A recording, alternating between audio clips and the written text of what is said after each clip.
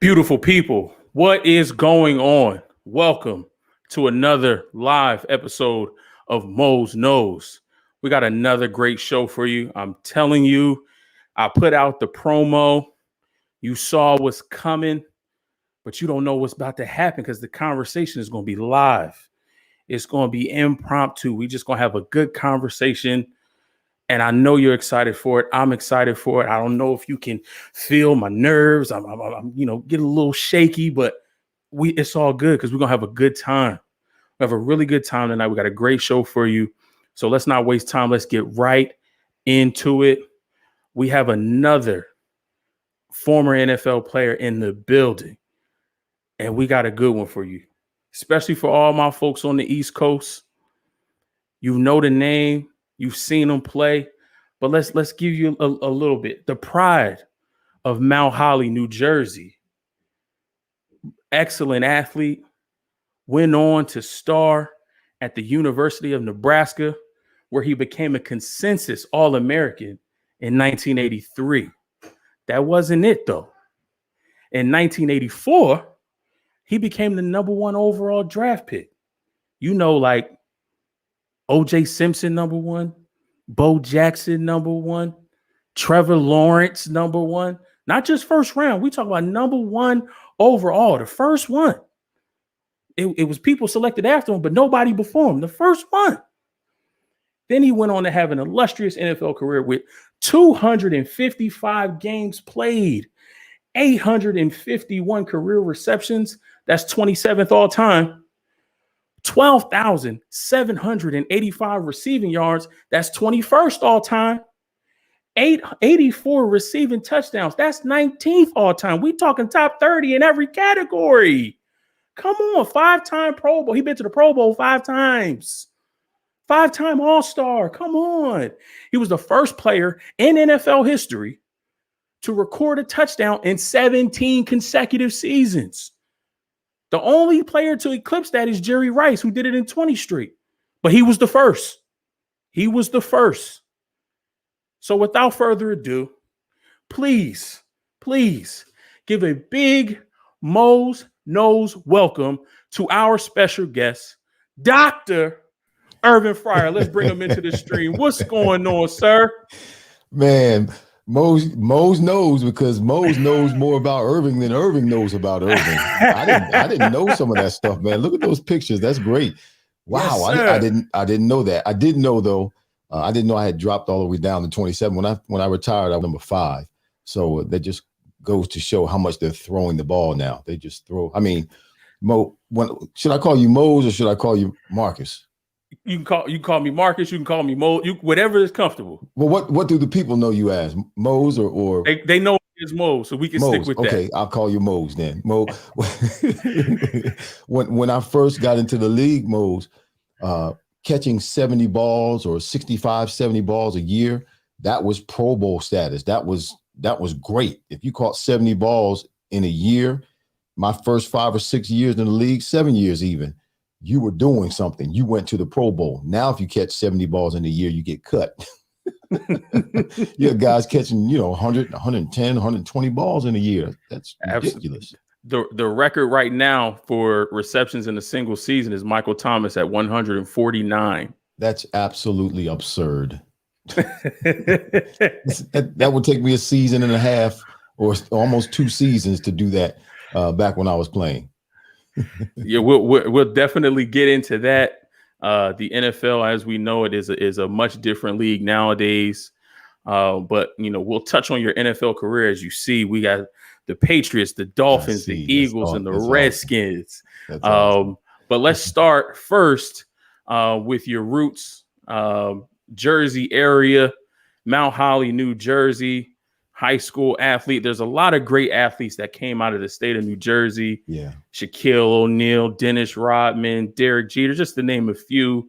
But we definitely would have to include Dr. Irving Fryar in that list of names. So let's just talk about your New Jersey high school career. What are your fondest memories?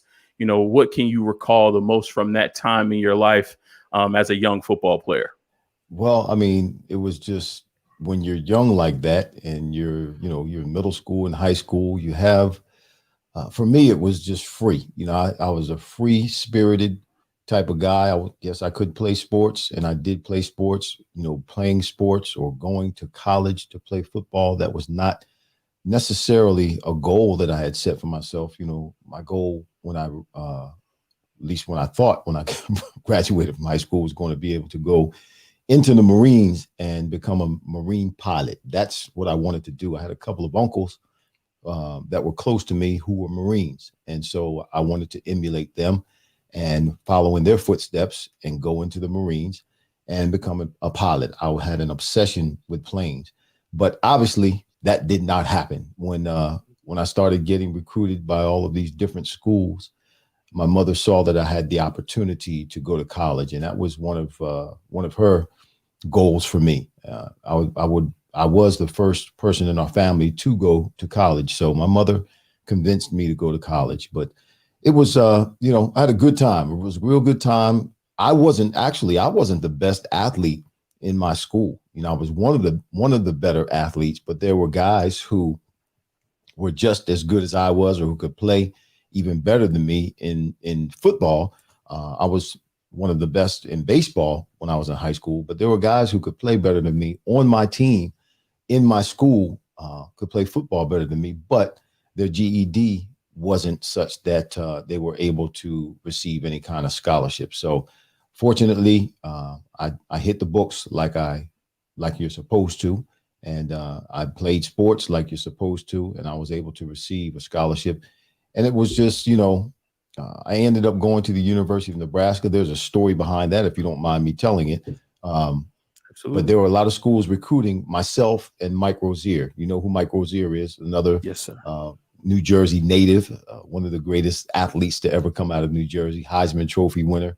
And Mike and I grew up together. His grandmother lived a couple of doors down from me, from where I grew up.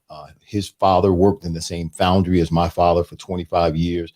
Our mothers knew each other from the time they were children. So I would see Mike frequently as we were growing up, and then ended up playing football against him when we were in high school. We would always scrimmage. Woodrow Wilson, Rancocas Valley is where I went to school. We would always scrimmage every year, Woodrow Wilson at the beginning of the year. So I played against Mike in high school. Then we ended up getting recruited by the same school. So I pretty much, because I wasn't really focused on wanting to go to school, I allowed Mike. I said, Mike, you choose the school. Wherever you go, wherever you want to go, we'll go together. So Mike had a problem with his GED as well. So he had to go to a community college before he could actually go to the university. So he narrowed it down to Pittsburgh, where Dan Marino was, or Nebraska, where they run the ball.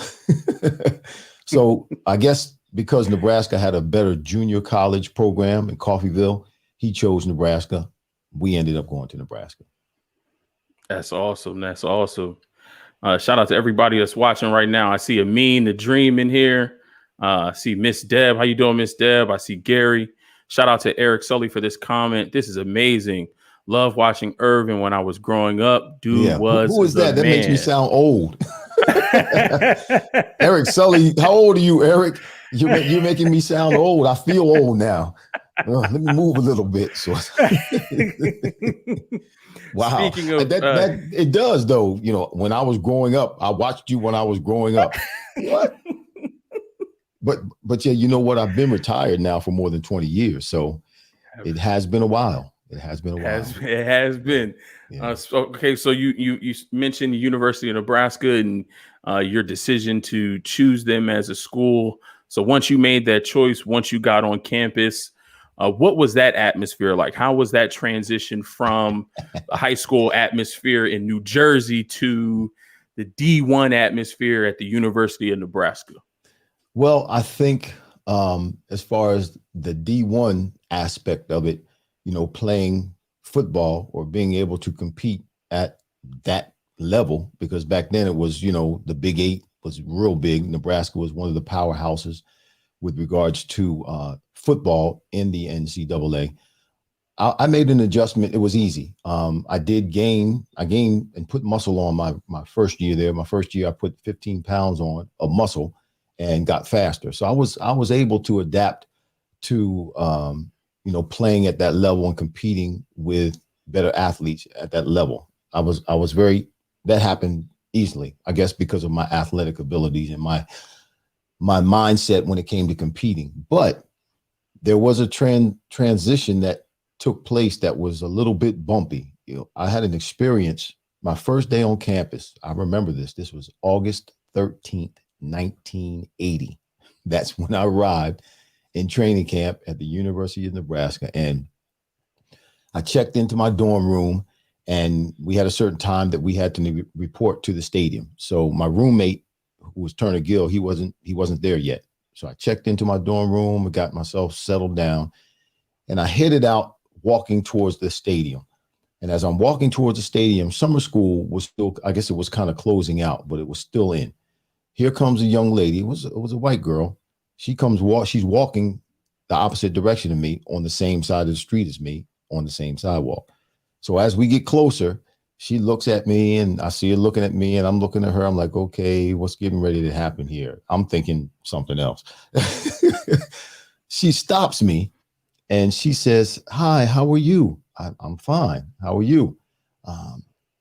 And she said, "Can I touch your hand?" I'm like, "Sure." Sure, you can touch my hand. I'm like, college is going to be fun.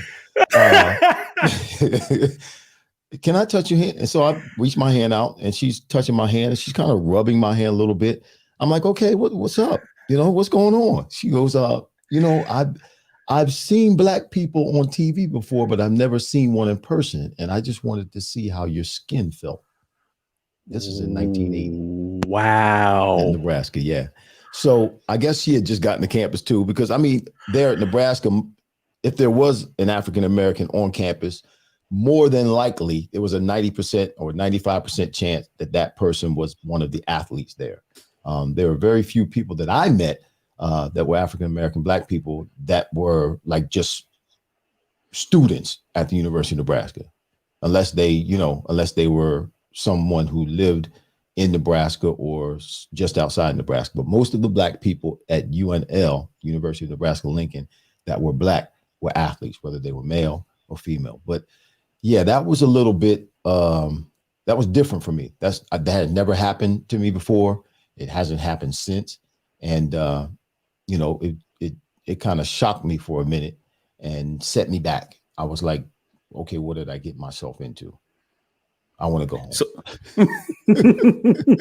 yeah, I was going to ask, how did that experience, shape the rest of your student experience, in not just from, an athlete standpoint, because you would assume, in the locker room with your teammates, you form a bond, you build brotherhoods. So on a football team or any athletic team, it's different inside the locker room, but outside the locker room with people who you aren't, working and grinding with every day, right? How did that shape your student experience? These are the people that, you have to go to class with. And with this being one of your first experiences, did it, change how you, looked at the folks around you? Did you keep your head on the swivel? Were you hesitant to, I think at first it did kind of raise a red flag for me. But the people, as I experienced and as I stayed and as time went by, the people in Nebraska are very genuine. I don't really think that young lady meant anything derogatory or anything negative by that encounter that we had. I just think that she wanted to see how Black people's skin feels. She genuinely did not know and thought maybe it was different. Okay. But no, my experience in Nebraska, whether it was on the field or off the field, it was all positive. It was, the people in Nebraska are great. Listen, I tell my wife this now. I said, listen, if the bottom falls out for us and I can't make it here in New Jersey for whatever reason, we're moving to Nebraska.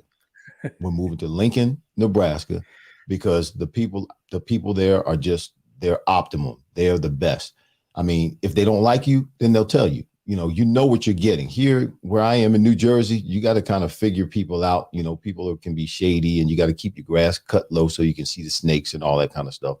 But in Nebraska, you get what you see is what you get. And the people there are great. I mean, for example, we play a game and say we were killing everybody back then. but our fans would cheer for the other team. When we beat them, they would cheer for them. They were walking off the field. They would cheer for them. You guys come back, do better luck next time. And they were serious. They were genuine. They weren't being smart. They weren't being facetious. They weren't clowning them. They were seriously cheering for the other team and encouraging them to keep trying to do better. So that's how it is in Nebraska. That's the kind of people that are there, and they're still there. They still carry themselves the same way. And my experience there was, I wouldn't change it. If I had to do it all over again, to choose another school again, to go back to when I was 17 years old and choose again, I would choose the University of Nebraska. They're not winning any games now, but That's awesome. That's awesome. I was actually thinking this, and I'm glad I checked the comments, because I was going to say that experience probably triggered some of our beautiful Black women. Yeah. Miss Deb says, same thing happened to me in college, but they wanted to touch my afro. This was back in 1973. Wow. She said, I went to college in Southern Oregon. Yeah. Oregon. That's don't find too many Black folk up there. And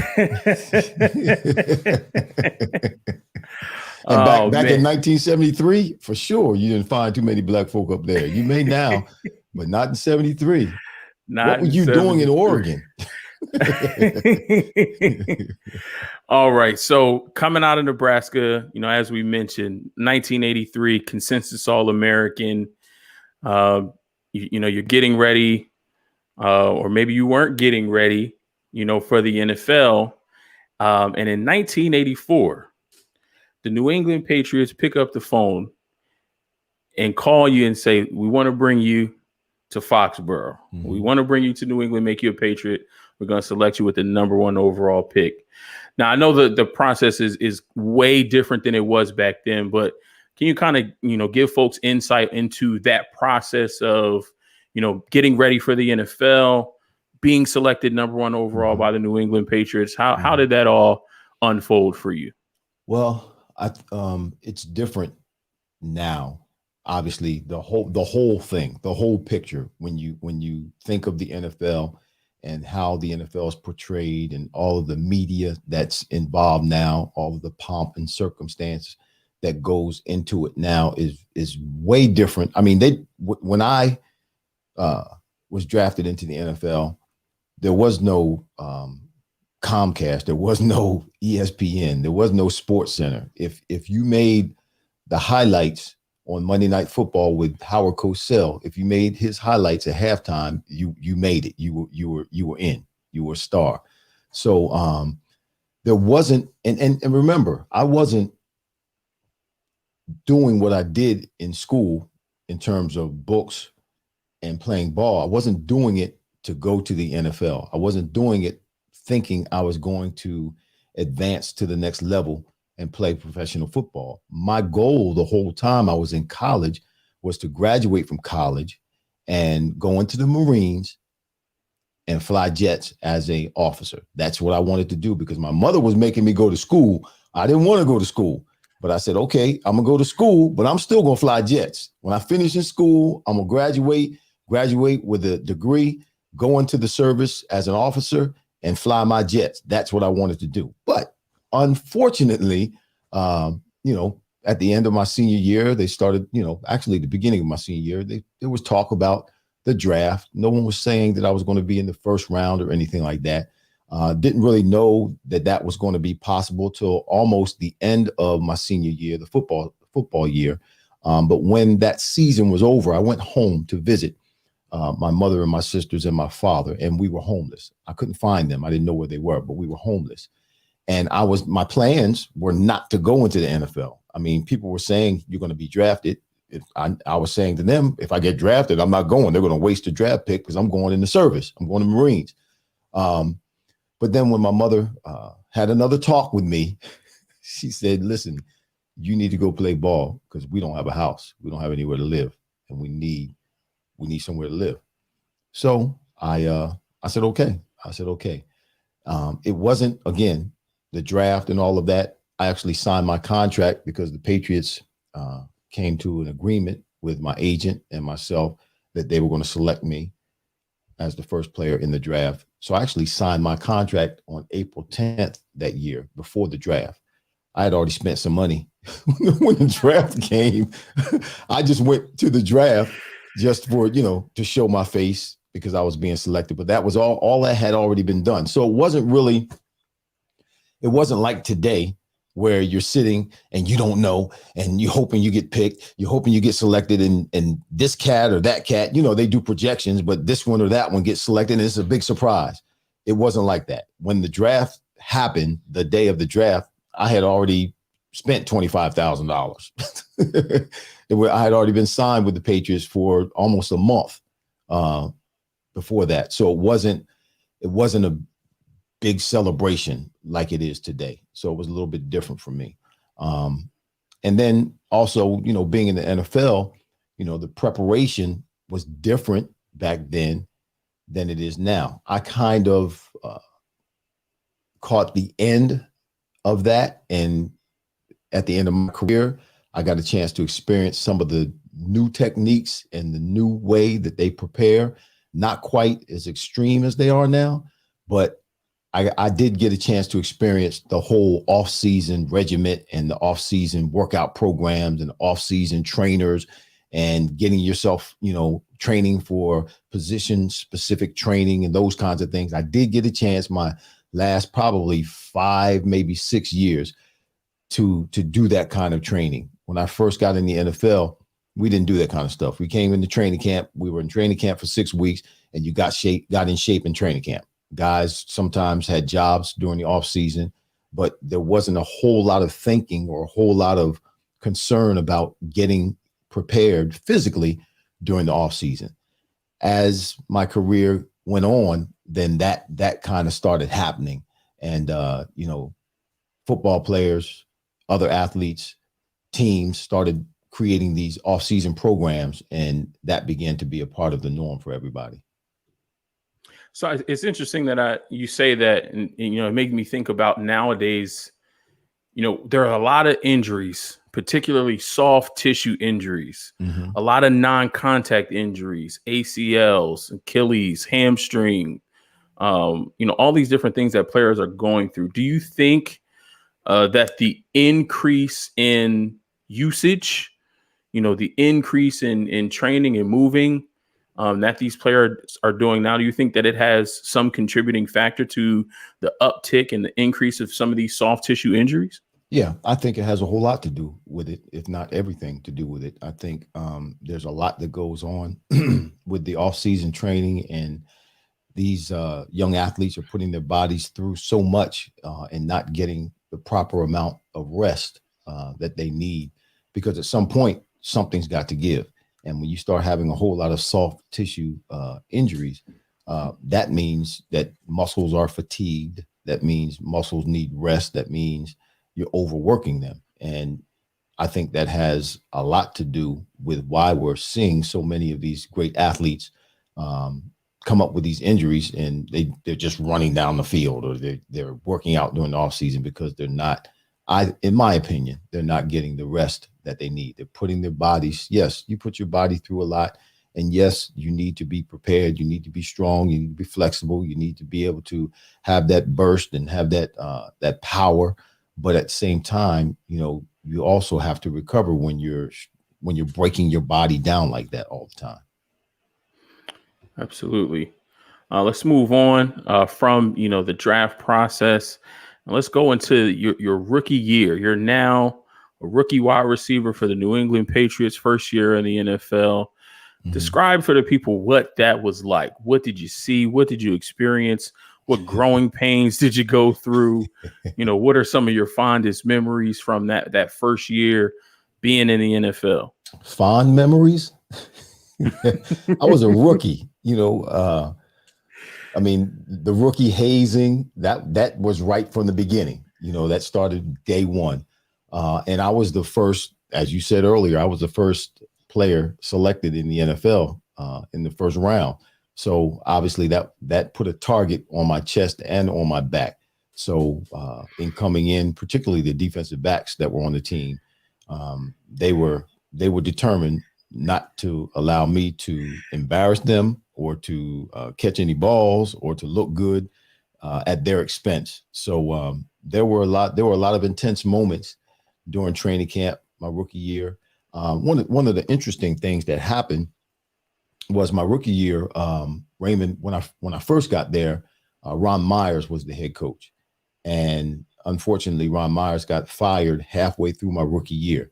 Now, when Ron Myers was there, Stanley Morgan was the other receiver. Apparently, or I thought that they drafted me because they wanted me to play opposite of Stanley Morgan. Well, Ron Meyer and Stanley were having some kind of a disagreement, and I think Ron was trying to get rid of Stanley or get Stanley to leave or trying to trade Stanley or something. So when they brought me in, they put me in the same position as Stanley. Now, Stanley's mad at me now. He's not mad today, but he was mad. He didn't speak to me my whole rookie year. Wow. because I guess I was a threat. You know, I don't know what took place before I got there, but now I'm playing in the same position as him. I'm the number one draft pick. They're not going to not play me. I mean, they picked me first, so I'm going to play. So Stanley and I were kind of at odds, and Stanley wouldn't talk to me. Then halfway through the season, my rookie year, Ron Myers got fired, and Raymond Berry became our head coach. Raymond took me and put me on the opposite side of Stanley. Stanley still didn't speak to me the rest of the year, but the next year, Stanley became somewhat of a player coach to me. You know, helping me learn the position of receiver with regards to the concept of the offense that we were running. So my rookie, I mean, there were other guys: Andre Tippett, Don Blackman, John Hanna. These are Hall of Fame kind of guys. They did not talk to me my whole rookie year. At the end of my rookie year, going into my second year, you know, I asked Andre. I went up to Andre Tippett. I said, "Hey man, what's up? You got a problem with me? Why don't you speak to me?" He said, "You play 16 games, then I'll talk to you." I got hurt a couple of times my rookie year, and I didn't play all 16 games. He said, "When you play 16 games, then you can come talk to me." That's the way it was back then. Those guys were tough guys. Steve Nelson would tell you. Steve Nelson was a linebacker, and Steve Nelson would tell you, if you get hurt, you better not lay on the field. You get your butt up off the field and get on the sidelines. Don't you lay on the field. That was how we were made. Is what we were taught. If you get hurt, you better not lay on the field. Get your butt up, and I don't care if you got to crawl, do a handstand, whatever you got to do, get to the sidelines. Don't you lay on the field. That's the way we were made. Wow. It's different awesome. now. It's different now. I can't wait till we get to that. I definitely want to hear your opinions about that. So prior to you becoming a New England Patriot, I think in '83 they were 8-8. Your rookie year went 9-7. Yeah. And then year 2, 11-5. Made it to the postseason. Made it all the way to Super Bowl 20. Now, it's not often that I get to speak to somebody that played in the Super Bowl, let alone win. We didn't win. Let alone a Super Bowl against the vaunted 85 Bears defense. Yeah. So let me ask something for somebody who has firsthand experience. But let's say this. You didn't win the game, but guess what? The only player to score a touchdown in that Super Bowl against the 85 Bear defense is who? That was me. That was Irving Fryar. Only player to score a touchdown in that game against that 85 Bears defense. So I want to ask you. Is there consolation in that? Is there's supposed to be some kind of comfort? It's interesting you bring that up. For some, I don't know, I guess it may have been maybe 3 months or so ago. My wife and I were sitting and we were watching TV, and that game, they were showing that game, I guess it's one of the history games or whatever. They were showing that game on TV. And so we sat and we watched it. And man, I mean, it was like schlep rock for us. If a thing could go wrong, it did. I didn't realize we played that bad. I mean, there were guys who were dropping balls who just didn't drop balls like that. The quarterback throwing interceptions. That's not how Steve played. Guys fumbling. We were just turning the ball over left and right. And that was very, very uncharacteristic for our team. I mean, we had gone through the playoffs. We were a wild card in the playoffs, a wild card team, and we had gone and won 3 games on the road. The last one before that was in Miami. We went out to the Raiders and beat the Raiders in LA to get to the Super Bowl. So we were a disciplined team, but man, for some reason we fell apart that day. Obviously we had some help too from the Bears, but we just fell apart that day. It was really bad. So was that 85 Bears defense like that? That's a term that the young people use, like that. Was that defense like that? Were they as advertised? Well, I think here let me say it this way, and I've said this before. I don't think anybody was going to beat them. I don't think it mattered that we were there, even if we didn't play as bad as we did, and we played better. I don't think anybody was going to beat them. They had momentum that carried them through all the way through the Super Bowl. They were a great team and they had a great defense. So yeah, they were all that and a bag of chips. But we had redemption the next year because we played them. I don't know what game it was, but we played them the following year in Foxborough and we beat them. And our quarterback was Doug Flutie. We beat them with Doug Flutie. So we got a little redemption. I mean, better late than never, I guess, but it made us feel good that we had the opportunity to play them again the very next season, early in the season, and we handled our business that time, but it wasn't the Super Bowl. Absolutely. So after year 2, you spent 7 more seasons with the New England Patriots. Right. And then after that, next stop on the list is the Miami Dolphins. Speaking to a good friend of mine, he says that you have his favorite one-handed catch of all time, over Odell Beckham Jr. in New York, over Randy Moss, one-hand end zone catch when he was with the New England Patriots. He said you have his favorite one-hand catch of all time when you were a Miami Dolphin. I was trying to get him to tell me what game it was. He said he would look it up and find it. I'm trying to figure out what game. Now, I had a couple of one-hand catches when I was playing with Philadelphia that, I'm pretty proud of, but I don't remember what game he's talking about. I mean, I made some one-handed catches, but I can't remember which one he's talking about with Miami. I mean, I didn't have to make a whole lot of one-hand catches when I was in Miami because I was getting the ball, receiving the ball from Dan. Not my first year there because Dan got hurt my first year. That's why they call them great catches. When it's a great catch, it's a bad throw. Right? Absolutely. Yes, that's why absolutely. It's a great catch because it was a bad throw. So speak about that. You had 2 years with him. Obviously, Dan Marino is one of the greatest quarterbacks of all time. He gets some unnecessary, or some people call it necessary. I say it's unnecessary, but he gets some flack for not being able to win a Super Bowl. But how was that experience playing with a guy like Dan Marino? Well, first of all, let me speak on Dan's behalf with regards to not winning a Super Bowl. A quarterback can't win the Super Bowl by himself. You need 21 other players, offense and defense. You need 21 other players playing at a high level, playing together to win a Super Bowl.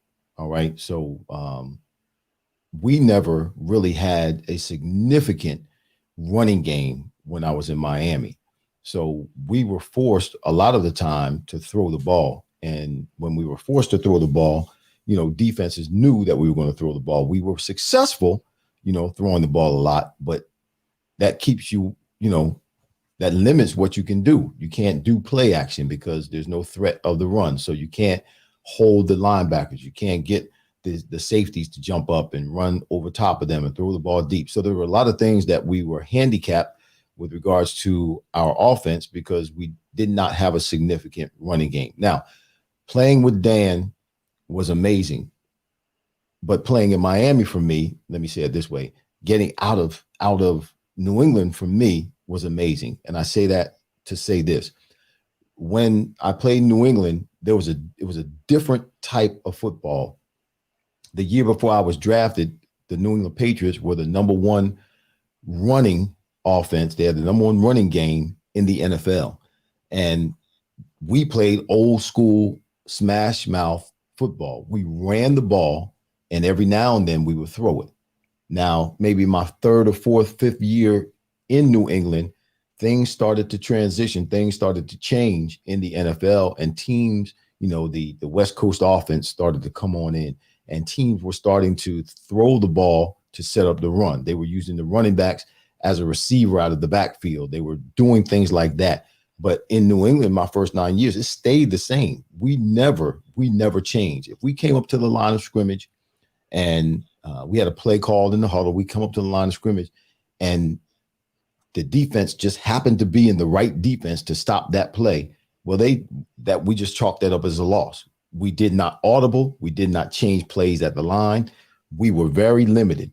Running patterns as a wide receiver, I was taught in New England, and I'm not kicking my coaches back in, but it was very limited in what they were teaching us. They weren't teaching us the skills that we needed to have to be a successful passing team. It was hurry up and get open. That's what it was. Hurry up and get open. When I got to Miami, man, my first day in Miami in minicamp, I'm running. Shoom, shoom, shoom, and I was real fast. I'm one of the fastest guys in the league back then. I'm running. I'm catching the ball. Man, I'm just killing them. And Shula comes up to me. Coach Shula comes up to me and he says, "Irving, what are you doing?" I'm kicking y'all behind just like I was when I was in New England. I'm just going to do it every day now while I'm in Miami because I'm on the team. That's what I'm doing. What you mean what I'm doing? You see what I'm doing? That's what I said. I said, you see what I'm doing? I'm killing them like I was when I was in New England. I'm killing them. Now I got a quarterback. I'm really killing y'all. So, here's the revelation in that. He stops me and he says, "Stop running so fast. You gotta take your time, set your guy up, make a move. Dan's got to drop back, make a guy miss. The line's got to hold up so you can get open." I'm like, what? So I can get open? I don't have to hurry up and get open? No, I mean, there's a clock that goes off in your head. You don't have all day to get open, but at least you can weave your guy and make a move instead of just straight lining everything and trying to hurry up and get open to a spot. I'm like, wow. So watch this. We never did this before. Was it the first game of the season? I think it was the first game of the season. We played against New England in Miami. So my first game with Dan, it was my second year. Was it my second year in Miami? My first year in Miami. My first game was against the Patriots. We're losing. There's 45 seconds left on the clock. We're on our own 45-yard line. It's 4th and 5. We don't have any more timeouts. If we don't get the first down, the game is over. We come up to the line of scrimmage. Dan calls a play in the huddle. We come up to the line of scrimmage, and Dan looks at me and gives me a go route. He puts his hand down. He would do that every now and then. He sees that it's one-on-one. Me one-on-one. We had 3 wide receivers to the left. I was to the right. He saw that I was one-on-one with the corner. He gives me a go. The play is off. They don't know. Rest of my teammates don't know. That's what Dan would do with the receivers. He'd come up and give you a signal. That means he's coming to you. He gave me a signal, gave me a go, touchdown. We win the game. And that game I caught 5 passes, 3 touchdowns, 211 yards. I had died and gone to heaven.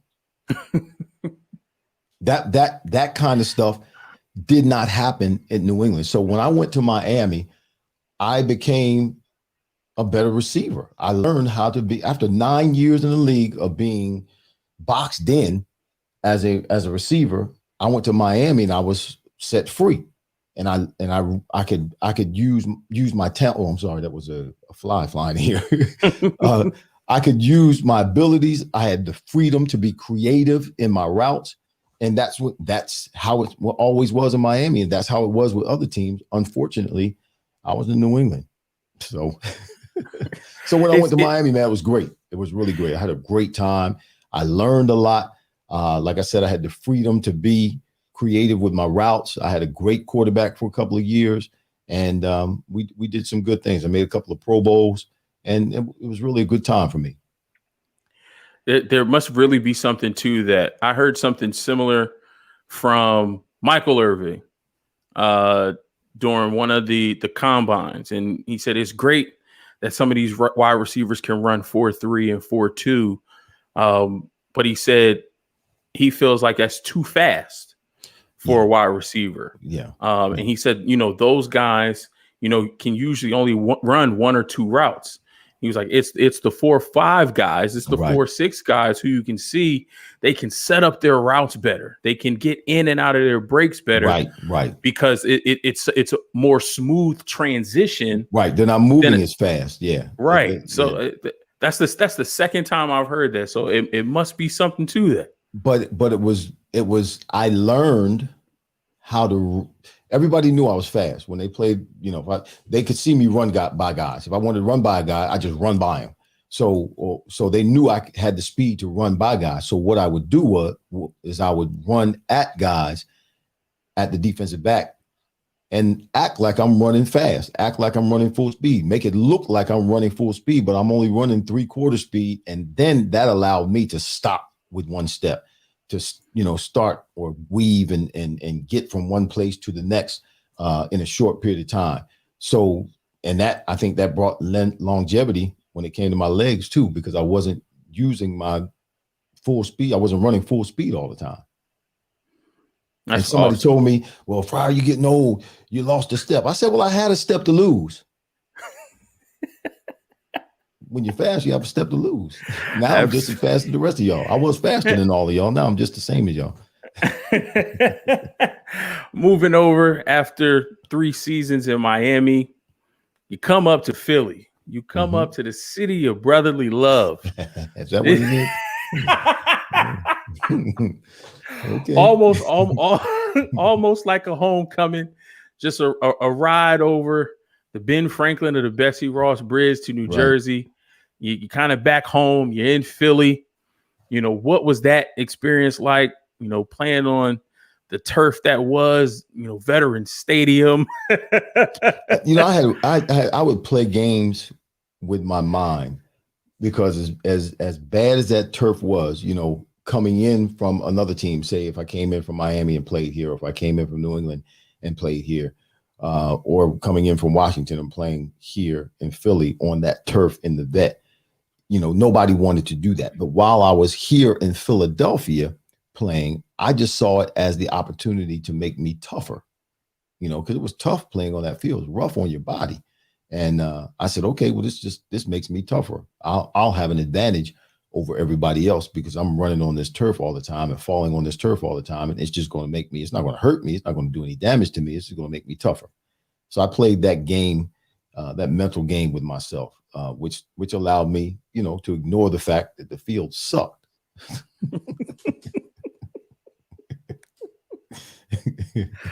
Any other good memories from your time in Philadelphia? Well, I kind of mentioned it. Remember I said, and this was a enlightenment for me. It became a party for me, meaning this. When I was in the last years in New England and my time in Miami, we struggled running the ball. We did not have adequate running backs, and we were lopsided, and we were one-dimensional, and it was easy to defense us. We had to really work hard to move the ball, and in most of those cases didn't have the talent to get it done. When I got to Philadelphia, we're in a game. It's early in the season, my first year, and it was a running play, and I'm down the field blocking, and Ricky Waters runs by me and runs into the end zone. I'm like, we got a running back. I was tickled to death. I had never since college. The last time I had somebody running back come out of the backfield and I'm downfield blocking, he runs by me and keeps on running into the end zone 60, 70 yards down the field. The last time that happened was college with Mike Rozier. And now I got a real running back. Ricky Waters was tough, man. That cat could run the ball. I loved him.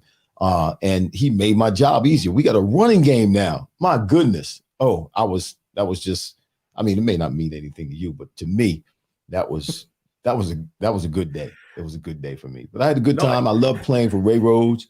I got an opportunity to play with Rodney Peete, Ty Detmer, Corey Detmer. You know, I played with 19. I have the record for catching balls from the most quarterbacks in the history of anybody playing in the NFL. 19 different quarterbacks in 17 years.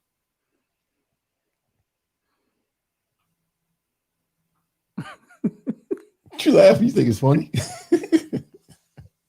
No, you gave me that silence after the 19. I thought 19, you were thinking 19, about all 19. No, 19. I can't name them all, but 19 quarterbacks. I mean, there was never really.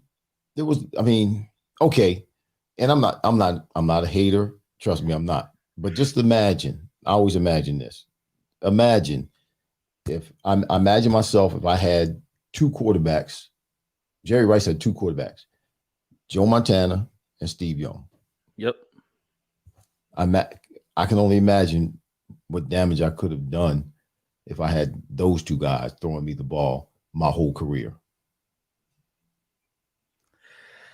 I don't know what was going on with my 49ers, why we didn't select you, but oh no, that would have been something. That would have been something.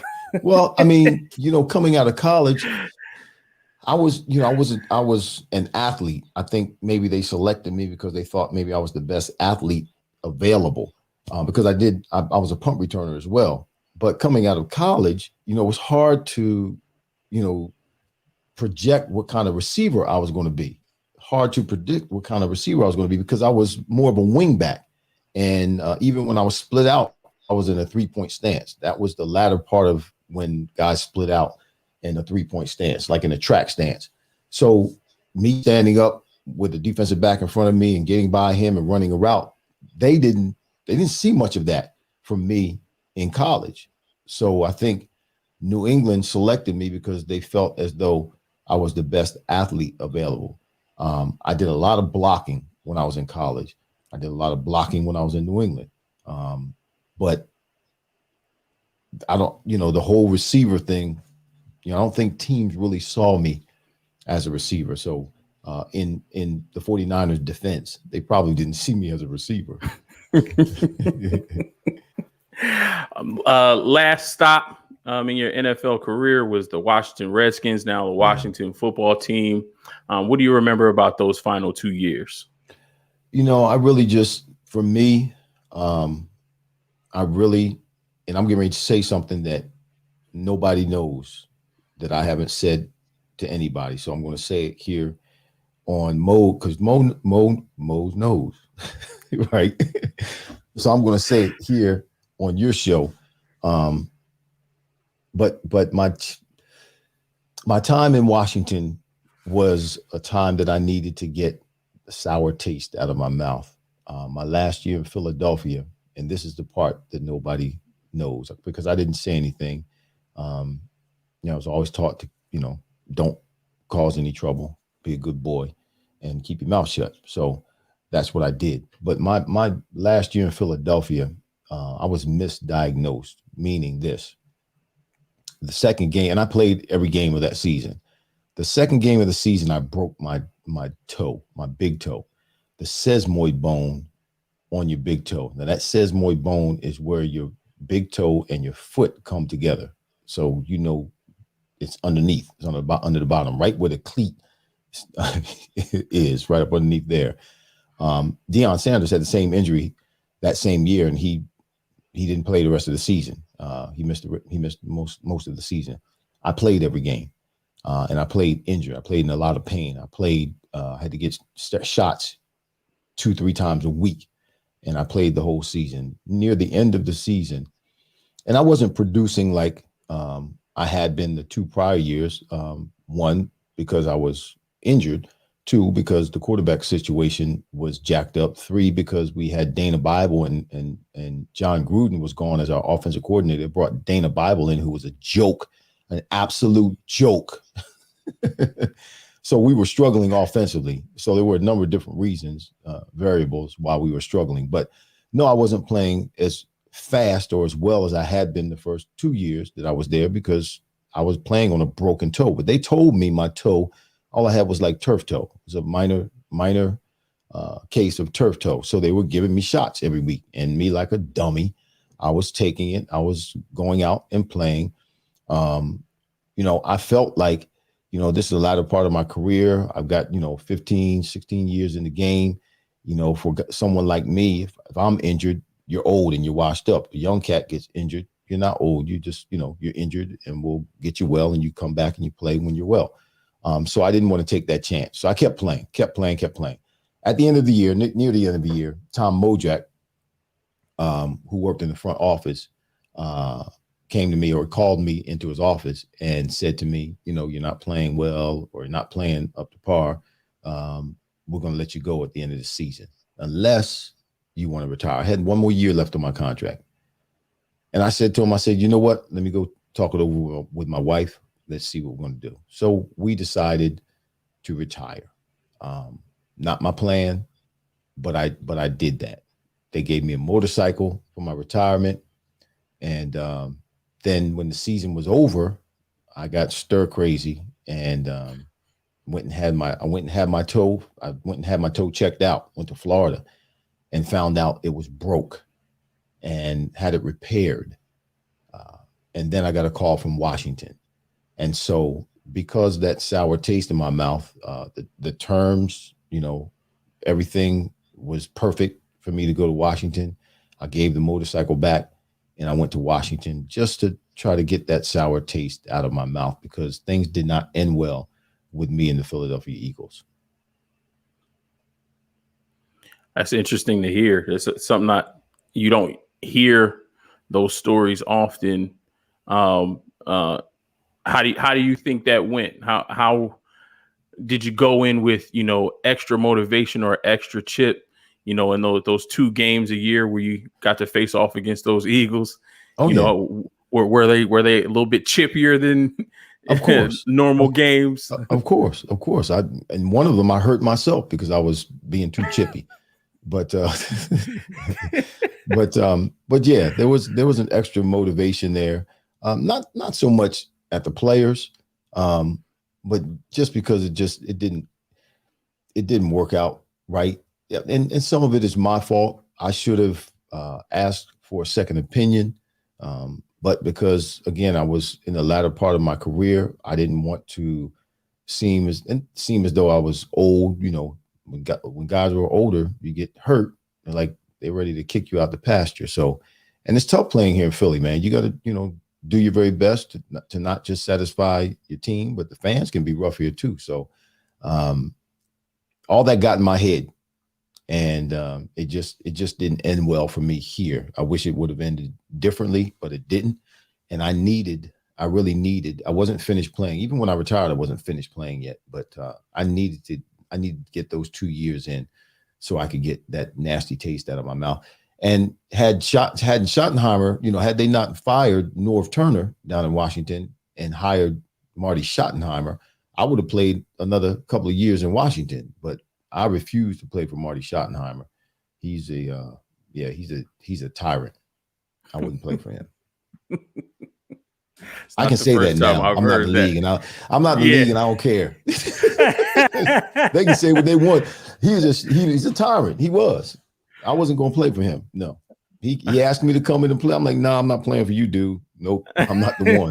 No. I'd rather hang it up. Le'Veon Bell said something similar to that. He said, if Andy Reid come ask me to play for him and it's retire, I'm going with retirement. So, players have their opinions about certain coaches. Yeah, absolutely. Yeah. Well, Marty Schottenheimer was the same as, Shula was different, but Marty Schottenheimer was old school coach, so he was going to have, 2-a-days in training camp. You're going to stay out there and you're going to hit. No, I'm not doing that. I got 17 years in. I know how to play football. Yes, I'll get in what I need to get in terms of the physicality of the game and practice and whatnot. But I'm not going to be out here, 3 hours, 3 times a day. No, man, you're not going to treat me like a rookie. Nope. And he was doing that. I saw some of the news where they were showing some of the practices, had Darryl Green out there running into guys. What is Darryl Green? What good is it going to do him? The cat's been in the league for 18 years. Why do you have him running into some rookie in practice. I was not going to do that. Yeah, that sounds a bit excessive. Yeah. He was because he want to come in and try to prove something to somebody. Speaking of, so your experience, kind of going to get your thoughts on, the wide receiver position from when, you were in the league to the wide receiver position now. What differences are you seeing, changes in the game? Where do you see, you fitting into this style of NFL right now? Where would you be successful as a wide receiver in the NFL now, knowing, the league that you used to play in, right, and what the league is like today? Yeah. I mean, I would love to be able to play now. One, because they make so much money. Good Lord have mercy. The money. Whew. I mean, I'm not a money dude. I'm not greedy like that. Money doesn't make me. I make money. But but from that aspect in itself. But to play today, man, when you don't, there's a different mindset now. When I was going across the middle, you had the Jack Tatums and you had the Ronnie Lotts and Steve Atwaters and guys like that, who you need to make sure that you make sure you knew where they were, and if they were coming, you knew something bad was getting ready to happen. That element of the game, I believe, because of the new rules, that element has been taken away or taken out of the game. To be able to come into a game and inflict pain and influence over a guy that you're combating with, that part of the game has been taken away. That was a big part of the game. We always felt as though whoever hits the hardest, the longest, is the one who's going to win the game. That does not necessarily exist because they've taken a lot of the physicality out of the game. So from that aspect, I love to be able to play now, because I could run my routes and go across the middle with a whole different mindset. That defensive back has to figure out how to hit me without getting a penalty. By the time he does that, I'm gonna catch the ball, get my feet on the ground, and go. So, but what I see, I like to see the receivers today be a little bit more physical. I like to see them, blocking downfield a little bit more. You see it, but not as much as it used to be. Not as much as it was when I was playing. I would like to see that in the game, and I don't see as much of that as I think there should be. Also, I'm trying to wrap my brain around, when I watch games, trying to wrap my brain around why a receiver plays a couple of plays and then you look up and he's on the sidelines, or he catches a long ball and he goes to the sidelines, or he drops a ball and he goes to the sidelines. Why aren't you playing every down?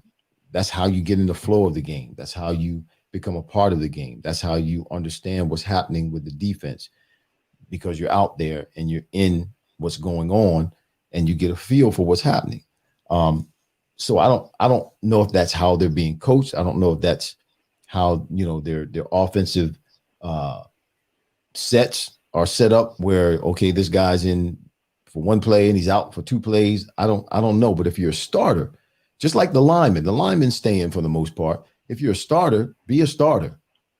I didn't come out of the game. I don't know what the number is exactly, but I would almost bet the house that if you go back and count all the plays that were offensive plays that were run on all the teams that I played for, that in all of those games and all of those plays, I played in more than 90% of those plays. More than 90%. I didn't come off the field, because that's not how we played. So I'm trying to wrap my brain around that. I don't understand why that happens, why a cat will catch a ball, then go to the sidelines. Can't be tired. You ran 40 yards. Come on. I don't understand. Help me out. Anybody? I don't understand it either. Look, now if you look at me, I have the body of a defensive lineman. but I got the mind and heart of a wide receiver. I wish I had my friend from college, Bear, Matt Bear, on here. He was our quarterback for our flag football team, and I played wide out. Funny story, when I met my father-in-law, shout out to him, love him to death. When I met him, I was standing outside and I was actually had my cleats over my shoulder. He was like, "You about to go play football or something?" I was like, "Yeah, we got practice because we got a game tomorrow." Right. And he was like, "Yeah, what position you play?" I was like, "Wide receiver." And he started busting out laughing. I mean, he was inconsolable. He was like, "Get out of here." But my quarterback was walking by and he had the ball in his hand. And I said, "Bear, what position do I play?" Bear was like, "Wide receiver. He's the best on the campus." And my father was like, "Oh, okay. So I look like a defensive lineman, but I got the heart of a wide receiver. And I would be the same way. I couldn't come off the field, especially in the situation where the game is close or we're down. I need to be on the field because I know that I can help my team win. So that's one question that I have as well. Mm-hmm. You know, these guys are top flight athletes. You're supposed to be conditioned to withstand a 60-minute football game. Right. You know, actually, you're supposed to condition yourself to play 5 quarters. Wow. Because you could possibly have to play a 5th quarter. So you should be in shape to play 5 quarters. At least that's the way I prepared. I went into the games in the latter part of my career. I went into a game expecting to play 5 quarters. If it just so happened we were winning or they were winning after 4 quarters, okay, the game's over. But I was prepared to play 5. That's how it should be, and I think we need to get back to that. A couple more questions. That's not going to happen. He said that. That's not. So it's not going to happen. It's not. It's not. In the game right now, if you have them, give me your top 5 receivers right now. Whose games do you really like? When you turn on the TV and you watch that guy play, you're like, he plays the position the right way. You're going to have to help me name them because I don't know names like that. I'm sorry. I don't follow the game like that. I mean, I can name some quarterbacks, but as far as the receiver, the receiver in Dallas, what's his name? The one Amari Cooper. He came from the Raiders. Amari Cooper. He is, again, he fits that profile that you said Michael Irvin was talking about. He's not super fast. So he runs probably about a 4.5. He may run a little bit faster than that, but he runs about a 4.5. But the way that cat moves, he's so smooth. He's so intentional in what he does. And he's able to cut and stop and start on a dime. And he gets defensive backs turned around so easily. It's unbelievable. Then that other cat, and see, you got to name him. Was he number 1 for Kansas City? He runs like his hair's on fire. Tyreek Hill. Yeah, Tyreek Hill. See, I'm bad with names. I'm sorry. But Tyreek Hill, I like him because he's tough. He's tough. He knows and plus he knows what his strength is. His strength is speed, and he uses his strength to his advantage. He's a cat that when you see him, he's not always running full speed, but it looks like he's running with his hair on fire. It always looks like he's moving faster than everybody else. And he's a small guy. So, and he catches the ball really well. He's made some tremendous catches.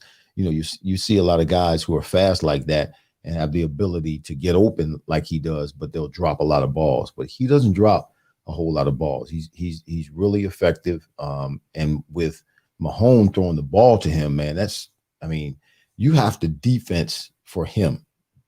Defensive coordinators have to defense for him. You got to know where he is all the time. You got to have 2 guys, one underneath and one on top, because he'll catch the ball underneath and still run 50 yards past everybody because he's so fast. So I like that. Those are my, I'm just going to stop right there. Those are my top 2, the 2 that I like. The 2 that I like. There's not a whole lot of them that really stand just because everybody's catching the ball all the time. Everybody's catching the ball. Running backs are catching the ball. Receivers are catching the ball. You don't see guys running down the field, setting guys up all the time and catching long balls or a lot of long balls. There's a lot of short passes now. So that doesn't that's just a matter of reading or running away from a guy, reading a defense, or stopping in the hole and getting open. I like the downfield stuff. But Amari Cooper is one of my favorite for sure. You didn't have to bring up Tyreek Hill. Why, you don't like Tyreek Hill? Man, that cat is awesome, man. I like Tyreek Hill, but it's still a sore spot from the Super Bowl a couple years ago. It's still a sore spot. I'm trying to pray and allow the Lord to soften my heart so I can move on. Get over it. Your past doesn't need you. Your future does. leave the past behind you. We're all listen. I'm gonna make you preach a sermon, Doc. I try. Listen, there's things when I look back on my career.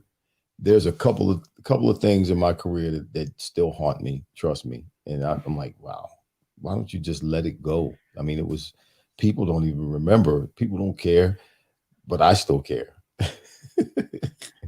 and of course.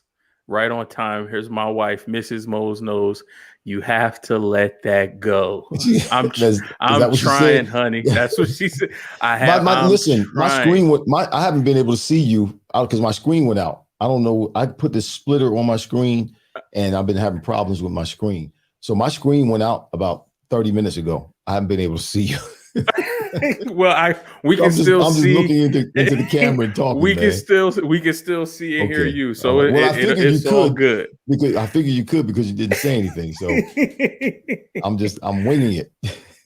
No problem. Last question. Again, I thank you so much for doing this. Hey, this is great, man. It's been a great conversation. Give me some of your favorite corners to match up against, and I'm gonna make this a double question. So, on the one side, corners that you knew going into that game, it was going to be a dogfight. You had to bring your A game because it was going to be a battle. And on the other side, as a competitor, corners that you saw on that schedule, and you said, "Oh, I'm gonna tear him up. I'm gonna light him up when I get on the field." So I want the corners who you knew it was going to be a tough battle, and the corners where you knew, oh, I'm going to have a great day today. Well, I mean, there were a few that were tough. A guy named Odom, I believe he was with the Jets. One of my own teammates when I was playing against him, Troy Vincent, Aeneas Williams. He was out in Arizona. There was a guy named Raymond Claiborne who played for the Patriots. When I was at the Patriots, he was one of the ones I would fight all the time in training camp. He was actually the hardest defensive back for me to be successful against. One, because I saw him every day. So I had to be creative. Number two was because I was just coming out of college and I was trying to figure out how to be a receiver. So I was watching Stanley and watching other guys trying to figure out, okay, how do I do this? So my first couple of years, it was strictly athletic ability. And Raymond Claiborne was a little bit taller than me. He was just as fast as me, and he had long arms. So he was extremely difficult to beat because, one, it was extremely difficult to get by him. So Raymond was tough. Troy Vincent, Aeneas Williams, obviously Deion Sanders. He was always a guy that you needed to make sure that you tried to keep the ball in front of him. And what I mean by that is, obviously, you're not going to run by Deion. You're not. Don't try to throw a go. Don't try to throw a post. He's going to eat that up, particularly if you got a below average quarterback and if he doesn't throw the ball on point, Deion's going to eat that up. So you had to do quick. That kind of stuff would work with Deion because, it's timing and it's quick. He's going to tackle you. He'll be there. It'll look like he's going to intercept it, but if you got it quick, unless he just jumped on it and read it and jumped ahead of it and intercepted the ball, most of the time you can get slants on Deion and they'll quick out. But anything down the field, he's going to eat all of that up. So Deion was very, very, very, very tough to play against, and those were the ones that I really, really had to grind. And Troy Vincent was my teammate, and I would plan during the off season. I would work out during the off season. I would plan to come into training camp to beat Troy, because Troy was the best defensive back we had on the team, and I was the best receiver. So we would always go against one another. So in order to have a good training camp, I needed to beat Troy. So if I could beat Troy, if I could do well against Troy, then the rest of the season and everybody else was going to be easy, because they didn't see me every day like Troy did. So, and Troy was an excellent defensive back. So those were the ones that I really had to grind and really be at my best. Now, one that I loved to see was Jason Sehorn. You remember him? I do remember Jason Sehorn from the Giants. Man, I took Jason Sehorn. I hope he's watching this too.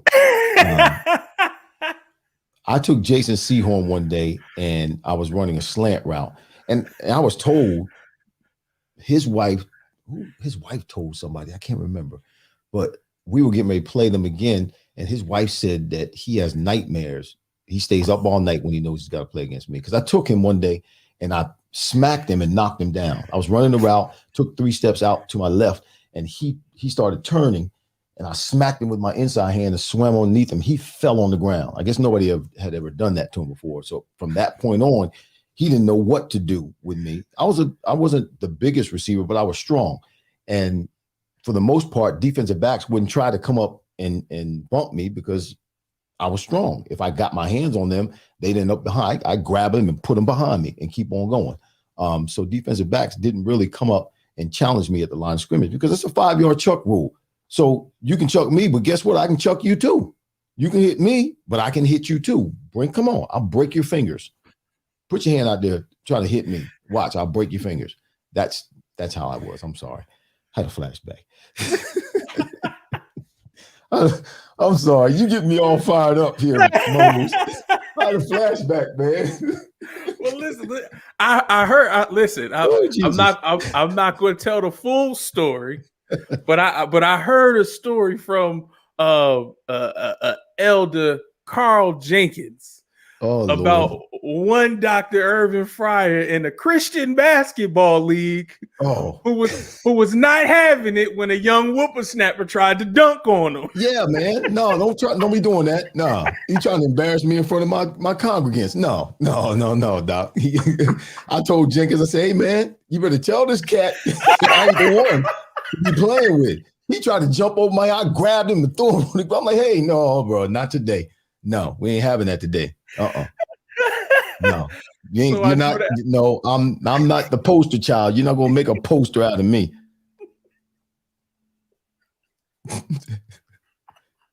Oh man, you still there? Okay, you there? I'm still. Remember, I can't see you, so yeah, that's fine. That's fine. I'm just over here enjoying it, man.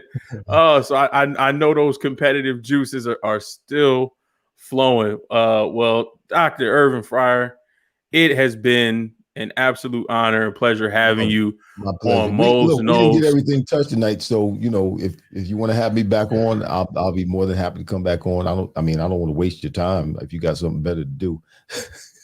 No, I don't. But again, I want to be respectful of your time. We said we wanted to keep it at an hour, and we almost had an hour and 15 minutes. So really? Definitely, wow. if we can, set up another time to come on and talk some more ball, I would absolutely love that. Before we go, just give the people a little bit of insight into what you're, up to nowadays, what you will be getting into as far as the content creation space, and let people know where, they can, find all of that information and connect with you. Right. Well, you can, I'm starting a podcast in a few weeks on July 2nd. It's a Friday. It'll be every Friday at 12 noon, 12 to 1 o'clock, YouTube channel, The Fryar Place. So you can go to the YouTube channel, Fryar Place, The Fryar Place.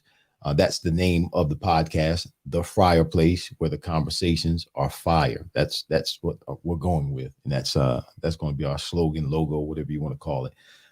So we're doing that. I actually, I got a phone call today. Did I tell you about this, Mose? Yes, you did. Okay. I got a phone call today from iHeartRadio that they're interested in making me a part of that whole setup over there. So I have a meeting with them tomorrow. So it's very possible that my podcast will be a part of iHeartRadio, which would be tremendous. You know, I haven't even started yet, and I guess they may have seen or heard what I got going on, and they're very interested. So we're going to be talking tomorrow. But yeah, please, the page will be up. Go on and subscribe. The Fryar Place. That's TheFryarPlace. The Fryar Place, where the conversations are fire. I'll be talking to different former professional athletes. We're starting out with a couple of guys. A guy named Ricky Simmons that I played college ball with. He went on into the USFL. And I'm talking to a Tony Collins. Tony Collins was running back in New England when I was there. He's a Pro Bowler. We have had Ricky has, and so has Tony, and so has myself. We've all had an NFL experience. We've all had a prison experience. So our theme for the first couple of podcasts are going to be from the NFL to the prison cell, then and now. And we're going to just keep it real. We're going to tell the truth. We're going to keep it real. And we're going to get naked, not literally, but we're going to get naked before the people and just, have that conversation. Have that conversation. Nothing is off limits. Nothing's off limits. So that's what we want to do. We want to keep it hot and make it interesting for the people, and do it in a way where it looks good and sounds good. That's awesome. That's awesome. I can't wait till that drops. I'll definitely be tuning in. Everybody who's watching, once that page is up, go over to the Fryar Place, give him a subscription, show him some love for starting, his platform. Again, we thank you so much for coming on the show tonight. Mose knows. Yeah. Everybody who tuned in tonight, thank you so very much. I appreciate all of you guys for tuning in. And stay tuned for more content coming from Mose Knows, from more live videos, more videos on the YouTube channel. As I say, you guys are family, and there's nothing you can do about it. Again, thank you, and we love you. We'll catch you next time. Yes, sir. Peace.